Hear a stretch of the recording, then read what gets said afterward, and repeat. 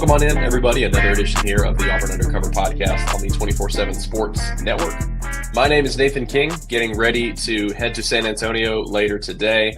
Auburn getting ready to play its second Final Four in program history, second one in the last 6 years, of course, under Bruce Pearl. And nobody better to help us look at Auburn's first opponent in San Antonio. Obviously, Auburn hopes they'll have a couple opponents there this weekend than Graham Hall from over at Swamp247, obviously our Florida sister site. And Graham, thank you so much for joining us today. It feels like just yesterday we were getting set up for a top 10 showdown in Neville Arena between Auburn and Florida, and Bruce's best team, and Todd Golden's bringing this team up, and now here we are, more than a month later, and a couple one seeds, and boy, it should be one heck of a rematch in the Alamo Dome. Yeah, this is what you want in the NCAA tournament, right? You want the best playing each other. I've heard some people gripe about all the number one seeds making it this far, but this settles all the arguments, right? I know that certainly for Auburn, go back to that game in early February, they want to make a point that they're better than they were in that game and that they have a chance to get revenge against this Florida team. And Bruce Pearl, for as illustrious of a head coach as he is, this is something that certainly is missing from his resume, a national championship. He took Auburn to the Final Four, 5 years ago now, but certainly looking to get over the hill here. And for Todd Golden, it would be further validation of what has consistently been abundantly clear in my mind, is that this is a head coach on the rise, an analytically minded head coach, and certainly no one knew that better than Bruce Pearl, considering he was on his staff back in the 2014-15 season. So this is a great battle between mentor, mentee, and I'm really looking forward to seeing it in San Antonio and how it unfolds. So bring us up to speed a little bit. I feel like Auburn fans know this Florida team really well from not only when Auburn prepared to play them in a huge game the last time, but Florida ended up being what most people would call the best team in the country to end the season. The way they went into the tournament, most people looked at them as the hottest team in the country. And so Auburn fans are very well aware of what the Gators have. But bring us up to speed a little bit on what Florida has done since they played Auburn. I know that loss to Georgia toward the end of the season was really the only blemish this team has had for a long, long time. And particularly what this team has looked like in the NCAA tournament, what their path has looked like, what their 4 games have looked like, and how they've gotten to this huge stage in San Antonio. Yeah, over the past 2 months, Florida's 16-1 in its last 17 games. You mentioned that loss at Georgia. It was really a significant one, not to harp on one game being extremely detrimental, but it did prevent Florida from winning the SEC outright in the regular season there. They fall a game short of Auburn. And if they win that game against their former head coach, Mike White, they end up winning the SEC. And so I think that game was a little more impactful than you would normally expect just one loss over the past, 17 games to be. But that speaks to just how high the expectations are and the ceiling is for this team right now. Going back to how they were against Auburn there in that first week of February, this is a team that is going to look a little bit different than they were when they were at Auburn. They have Micah Handlockton back in the rotation, a guy who wasn't expected to play this season. The plan was for him to sit out and continue rehabbing after he had that devastating injury, last year in the SEC Tournament Championship that I know Auburn fans are certainly familiar with, because those teams were on the court when Handlockton went down and had to be stretchered off. And it was just a brutal scene there. And Florida was really just stunned for the rest of the game without their big man in the low post. Just an emotional moment for Florida that, they really couldn't put past, obviously. And it's tough to overcome when you lose a starter in the front court like that, especially one as impactful as Micah is at affecting shots and grabbing offensive rebounds and, even finishing in the lane, limiting the other team's front court, everything that he does. And then the emotional component, of course, what he brings to the locker room, just how well liked he is. That was a brutal loss for Florida, and they weren't expected to have him this year. They brought in Ruben Chinyelu from Washington State for his sophomore season, and Ruben has been really good on the defensive end, not as polished on the offensive end as Micah Handlockton is, but he's been really effective, especially when he stays out of foul trouble, which has been a concern for him at times this season here. But you get Micah back in the mix. He comes back into the fold after an injury to Alex Connon and to Sam Alexis. And he has just been a huge boost off the bench for Florida. May not play more than, 10, 15 minutes on a given night, but when he's out there, he gives you a quality big who is going to affect shots Foul trouble isn't going to be much of a concern with him. He can help you win the battle of the boards, which has been something that Florida has been so good at this season. And when Florida gets second chance opportunities, they're extremely hard to beat, just given how many quality shot makers they have. So Micah Hanlogton is going to be I think the biggest difference in how Florida is playing since the two teams met there. You saw his impact throughout March, where Florida has now won 10 straight games heading into this game. Micah has been a big piece of that. He made some critical plays in the Elite Eight. I mean, he was impactful in the win over UConn as well. And so that's something that Auburn is going to have to deal with, as familiar as they may be with him. But the other piece that is very interesting in this game is that, when Florida goes up to Auburn, they had arguably their best performance of the year, right? But that was without their best on-ball defender in Elijah Martin. The Gators added Elijah Martin from Florida Atlantic, and he wasn't maybe considered the top transfer coming out of Boca Raton. That was John L. Davis, who went to Arkansas. But Martin has just been fantastic for Florida, averaging double-digit points. He can help on the boards. And like I said, I think he's one of the better on-ball defenders in the league. I was a little bit surprised that he didn't make the SEC's defensive team, because this is a guy who has just been tenacious and knows where to be, and his assignments are always correct, and he communicates effectively here. He has been an absolute massive reason why Florida has gone from a team that was around 94 last year in adjusted defensive efficiency to being a top 10 defense by the end of the regular season. And he didn't play in that game against Auburn. So having him back along with Hanlogton, the Gators are going to look a little bit different here.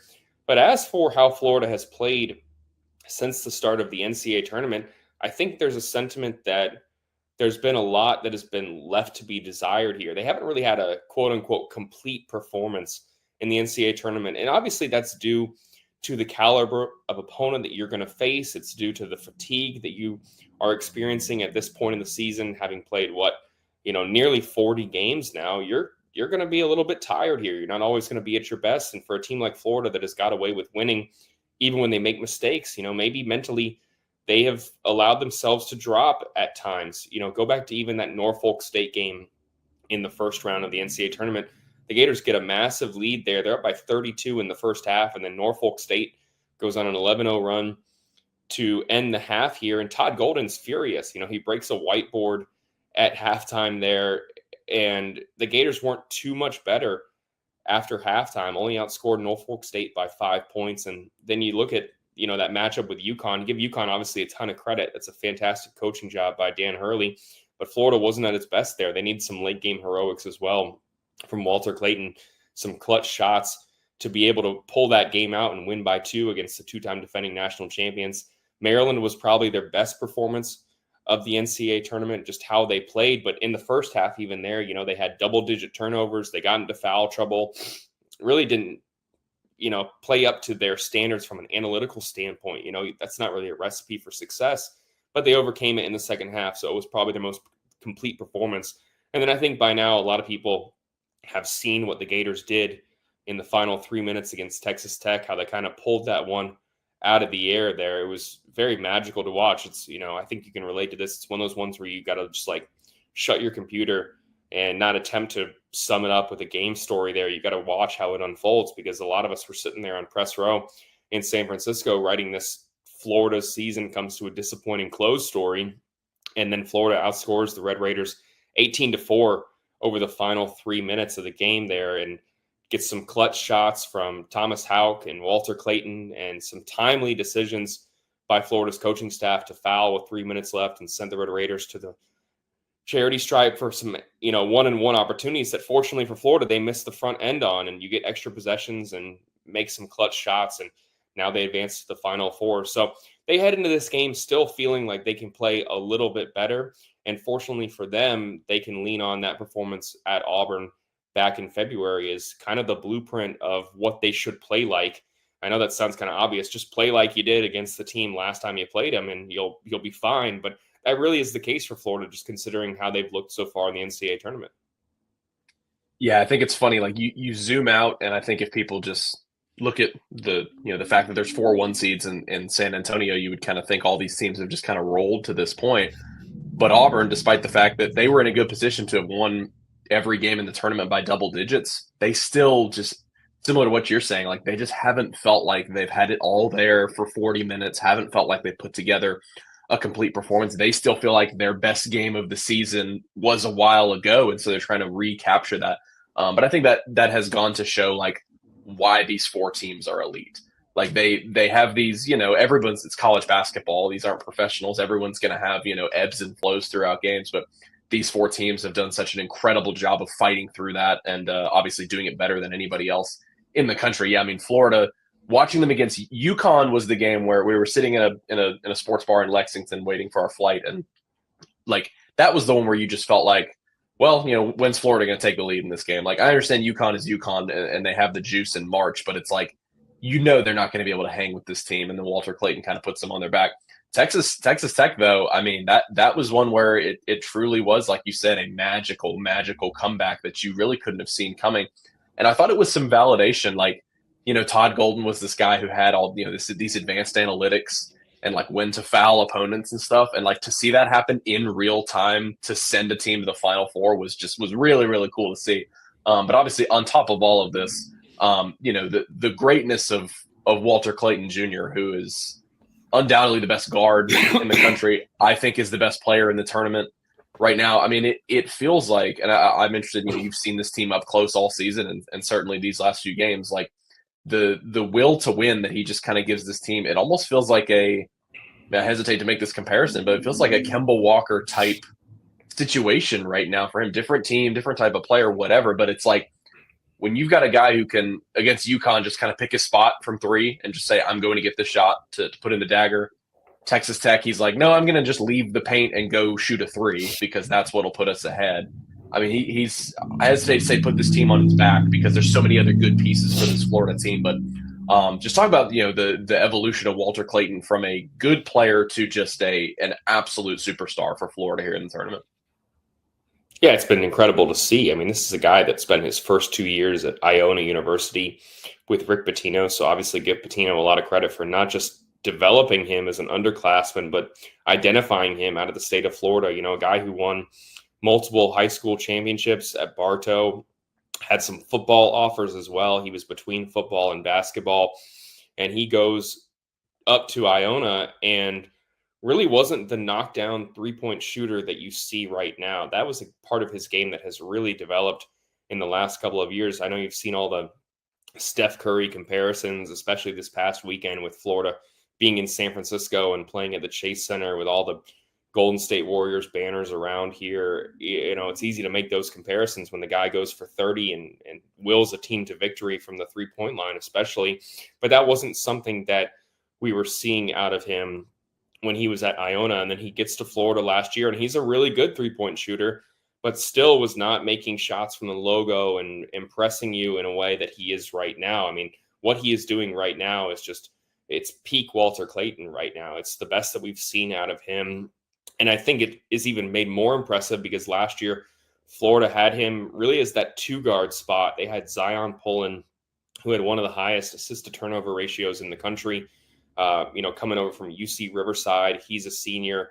He ends up going undrafted, but has hung around in the NBA so far. I mean, I think he's with the Memphis Grizzlies right now, was with the Miami Heat for a little while because he just takes care of the ball at a high rate. And rather than going out and replacing Pullen, they move Walter Clayton over to the point guard role and bring in Elijah Martin at Clayton's spot at the two. And there were all these questions about how could Walter Clayton fare being not really a facilitator, but more of a scorer first minded point guard. And he has answered those in resounding fashion. There's still going to be some games, and this is something that he's going to need to continue working on, where he maybe makes some, I don't want to say careless passes, but overly confident decisions where something isn't there and it leads to a turnover. And he'll still sometimes have games of 4 or 5 turnovers, but at the same time, you have a guy who can go out and get you 8-9 assists on a given night and also add 25 points.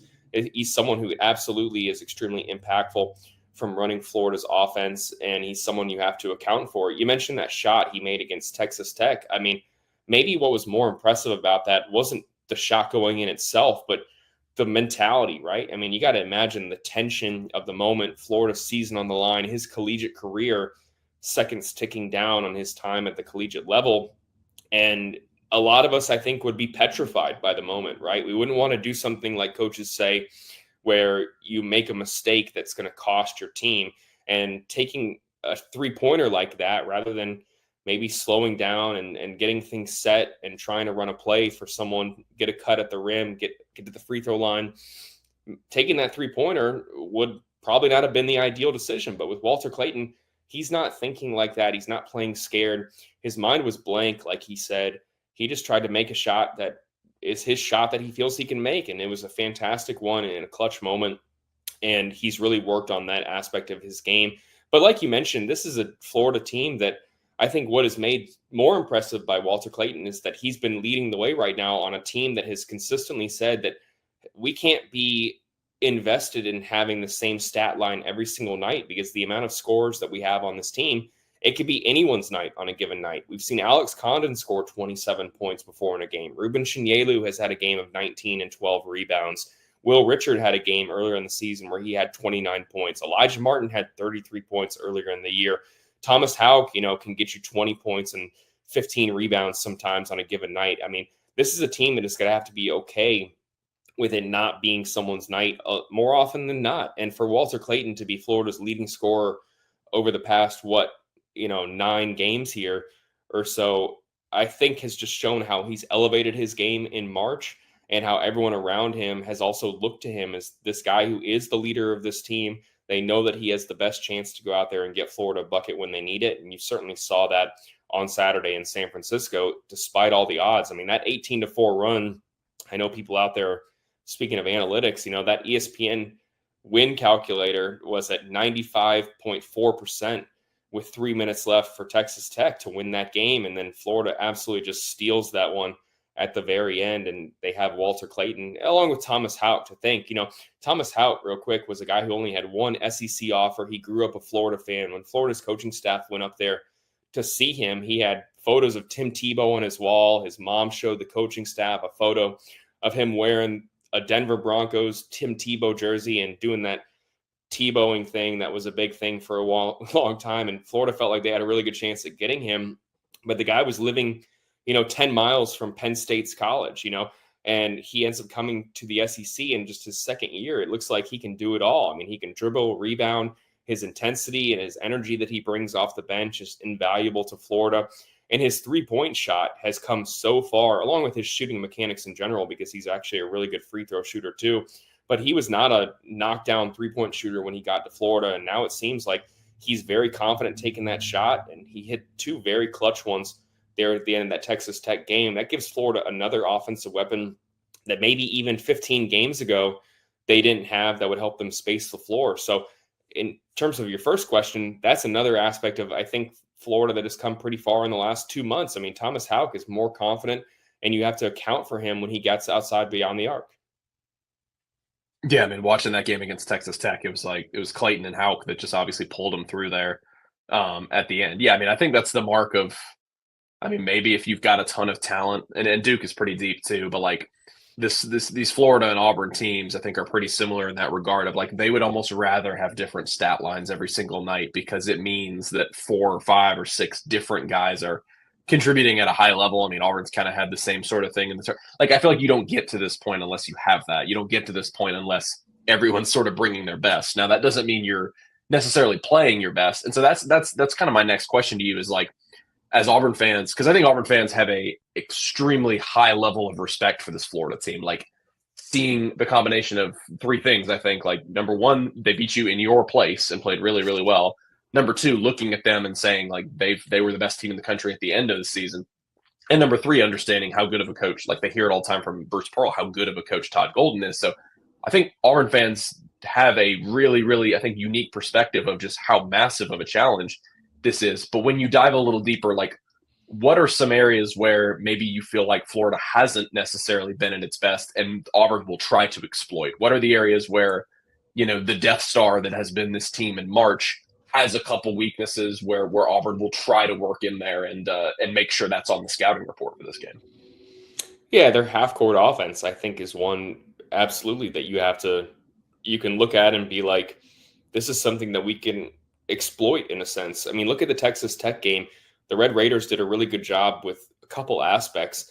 the physicality that they brought to the front court, I mean, how they were able to kind of take advantage in the low post of Thomas Houck and Alex Condon, two guys who are really impressive, but they're sophomores. They're not physically where they're going to be in 2-3 years. And you saw Darian Williams and JT Toppin win those matchups. And so if you're Auburn, you got to feel like with Janai Broome and Cardwell, you're going to absolutely have a chance to get some buckets in the low post there. So that is absolutely a thing.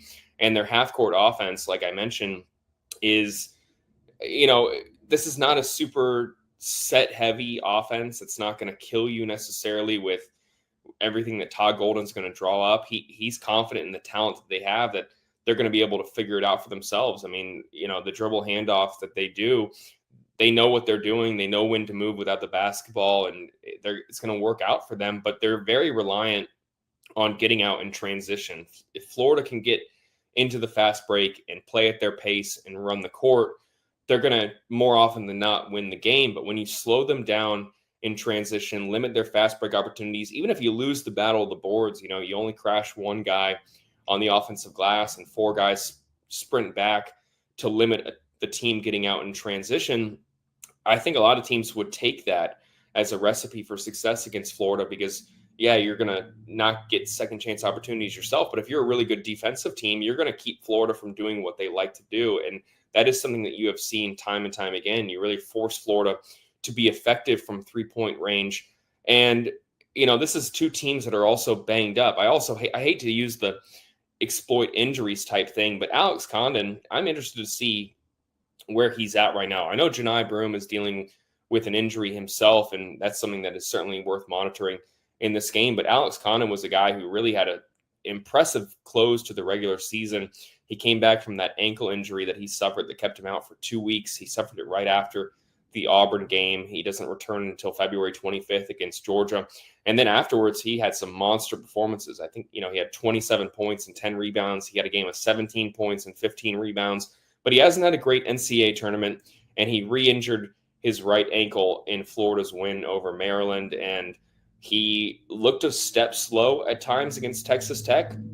This is someone who can knock down 3-point shots, finish in the low post, clean up around the rim, play with the level of physicality that Florida needs out of their forwards. But he certainly has not been himself recently. So you would think that if everything's all good with Auburn's front court, they're going to potentially have a chance to take advantage of Condon, who is, not only dealing with some fatigue, but he's been dealing with a sore right ankle now for about 6 weeks. So that is absolutely something that Auburn can exploit. I think that as much as the focus is going to be on which backcourt can make some big shots here, I think that the battle of this game is going to be dictated by the play of the front court, how Auburn or Florida does on the offensive glass and which team is able to go around the rim and get some easy buckets, maybe get the other team into foul trouble. I mentioned with Ruben Chinyelu, that has certainly been an issue. If he gets into foul trouble or Micah Handlogton gets into foul trouble, Florida certainly is going to be, I think, in a difficult situation to contend with the size that Auburn has and what they like to do. So limiting Florida getting out in the fast break and winning the battle in the low post are probably the big keys for Auburn in this game in my mind. Yeah, just looking back, I mean, I don't have the number off the top of my head, but I remember going into that Florida game, Bruce Pearl talking about how Auburn is only going to have to send one guy on the glass, make sure they get back in transition. And easier said than done. And I don't know how many 3-pointers for Florida came in transition in that game, but I think it was at least 3 or 4. Certainly early in the game, I remember Walter Clayton getting going and hitting one of those in transition. It almost felt like that was sort of the igniter for him, and he gained a lot of confidence the rest of the way. It's such a style difference. I think people will, if they're kind of tuning into Auburn in the postseason, just from a national perspective, people may remember that 2019 run for Auburn and say, oh, well, Bruce Pearl loves to just let him run up and down the court and, beat the opponent in transition. That is not what Auburn wants to do at all with this team. And you mentioned the half-court battle as well. So I think that's going to be really interesting. Auburn's half-court defense has played so well so far in the tournament. Obviously, their half-court offense has been the most efficient in the country for most of the season. And that's where they want to get you. They want to grind this thing to a halt. And so, they've done a good job of playing different styles, playing different opponents this tournament and kind of adjusting their style. They've done a good job with that. all season. And so it'll be really interesting to see how they do that against a Florida team, man, that can just beat you so many different ways on both ends of the floor. You mentioned the keys for Auburn to come at Florida and try to slow them down on both ends of the floor a little bit. What are one or two things, and it could be something, we've already touched on a lot of stuff. What are one or two things you'll be keeping in the back of your mind over the course of 40 minutes on Saturday that you're like, okay, Florida has to make sure it checks a couple of these boxes for them to have a good chance to play for a national title? Yeah, offensive rebounding is absolutely key. I mean, against Maryland, Florida was so dominant on the glass, even with an impressive front court, with Derek Queen there, that game was really kind of decided in my mind about the battle of the boards in a sense, because Florida had such an advantage in second chance points. I think they had 12 more second chance points than the Terps. I mean, the battle of the boards that they won by double digits, when they win the rebounding battle by double digits, they're more often than not going to have a really good chance of winning that game. So that is huge for Florida. If they get bullied off the block and struggle to get second chance opportunities, that's going to be a huge key. And this sounds like an obvious one, but just given what we've seen, it's the turnovers, right? I mean, against Maryland, they had 13 turnovers in the first half. I mean, this is a team that ranks in the top 50 nationally in turnovers per game at 10.7 per game. So to exceed that in the first half is certainly a concerning thing. If the Gators don't maximize possessions, if they don't get extra possessions, then they're going to be in dire straits, in my opinion. You saw the second half of that game against Maryland that Florida really got back to what it does well, which is taking care of the basketball. They only had 3 turnovers, I think, for the first 18 minutes of the second half. They got one late in that game, 4 turnovers in the second half. I mean, if they can have a single-digit turnover performance, then I absolutely think that they're going to have a really good chance, just given the quality and depth of shooters that they have, at having a lead late in this game and have a chance to close it out. And then I mentioned Chinyelu, with Alex Condon being a little bit injured, I thought Chinyelu was huge in that win over Auburn back on February 8th. And I do think that if he can stay out of foul trouble and give you even 20 really good minutes, Florida's going to have a really good chance to win that game. When Florida has struggled this year, Ruben has not played at his best. He's been limited sometimes to 7-8 minutes at times. You need more out of that from your starting, center. Even as a sophomore, he has been critical to Florida. There were a couple times, I think, against Maryland. I keep coming back to that Maryland game, but also in UConn, when Florida needed a bucket and things weren't going their way and they were, the other team was attacking the ball right when it got past half court, Ruben's ability to get second chance points or finish low in the low post with 2 hands has just been really key for Florida. It gives them a lift, and he can really provide a spark from an energy standpoint. So he needs to stay out of foul trouble. You can't send the Tigers to the free throw line 30 times in this game and expect to win. You can't expect to have Chinyelu play less than 15 minutes in the game and then rely on Micah Handlogton to give you 25 minutes, because we haven't seen that too much out of Micah. That's another thing about Micah that I should mention. He's done a really good job in the past 6 weeks in getting back into game shape. But I think he would tell you that, he's up 20 plus pounds from where he was at last season. He hadn't run consistently for 11 months, has only been playing again for the last 6 weeks. I mean, asking for 25 plus minutes out of him is not something that Florida wants to do. They want him to be a guy who can give you, 10 to 20 minutes off the bench. And that requires Chinyelu staying out of foul trouble. So if he does that and Ruben plays up to the level that he's capable of, I think that he is absolutely something that can take Florida over the top in this game, which he's probably the most underappreciated player on Florida's roster, because so much of the credit has gone to Walter Clayton and Will Richard and Elijah Martin and Alex Condon, who won, 3 SEC Player of the Week awards this season. But Ruben has been a guy who, when he plays well and you get that out of your 5th starter, Florida is just really, really difficult to beat, because he's a big reason why they're as good defensively as they are. So I think he has to have a really effective game against this veteran front court for Florida to be at its best on Saturday. Yep, it's so interesting and exciting to hear all the different, honestly, parallels between these two teams. And because somebody like Chinyelu, you look at the starting 5 spot for Auburn, and so much of their success, it hasn't necessarily come on the stat sheet, but Dylan Cardwell has been playing some of his best. I mean, he's been here for 5 years. I watched him for 5 years. This is some of the best basketball he has played. it only shows up like 4, 5, 6 points on the stat sheet, but you look down, 8 rebounds, 2 blocks. Michigan State shoots 5 of 16 at the rim in that game. Like, and you mentioned Chinyelu, like being a guy who doesn't get in foul trouble, make sure he's good defensively, make sure he plays a good 20 minutes, and those are valuable minutes. Like the same thing for Dylan Cardwell. And so, yeah, I mean, like I feel like every time you get to these national championship type stages, like your X factors really start to glow even brighter. Of like, no, this is why they've been an X factor for you all season. You need to make sure you have your best performance possible from them. Graham, really looking forward to this week. I mean, it's been incredible. Obviously, a season to remember for both of these teams. The fact that we're getting the regular season champions against the tournament champions. Auburn's probably been the best team in the country from like start to finish. Florida's probably been the best team in the country in March. I would say Duke's probably the best team in the country in the tournament. Like it's just there's like you mentioned at the beginning. I completely agree with you that like chalk is not a bad thing when it comes to the fact that these are the 4 best teams in Ken Pom ever. And so like the fact that you get to crown one of those a champion, like nobody's going to be complaining and saying, "Oh, well, this team should have gotten a shot." It's like, no, these are clearly the 4 best teams, and I think I think we're going to get a clear picture of who's going to be the best team in the country this season. Yeah, I can't wait. As much as people want the Cinderellas, which I'm for you there. It's always good to have a great Cinderella story. A double-digit seed team making it, and it looked like for a while that we were going to maybe get one. Maybe it was going to be this Arkansas team that came on late in the season and got Boogie Flan back and a Duthiero back, and you got a legendary coach in John Calipari. It would have been cool to see them do it, absolutely. But I am with you. I'm much more a fan of the 4 top teams, no pun intended, duking it out here in San Antonio, because I want to see some conversations settled. I want to see the best product possible in the first week of April, and I think we're going to get that. I think it's going to be a fantastic 40 minutes of basketball on Saturday. And, for you personally, outside of these 2 teams, this is your second Final Four, right?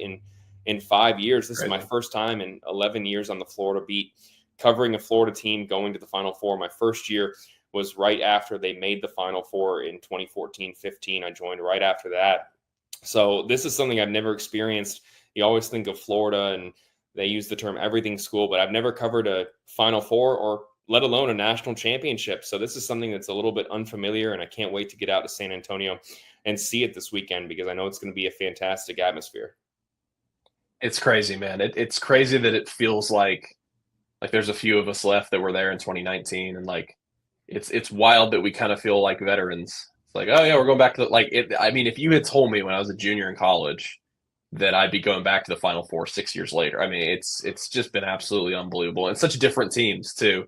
You mentioned like the Cinderellas, like Auburn basically was, they were a 5 seed in 2019, and that's a decently high seed, but also the character and makeup of that team just being like basically a bunch of little guys. I mean, they really did, and they played the number 1 overall seed in Virginia, so like they really did feel like the Cinderella that year.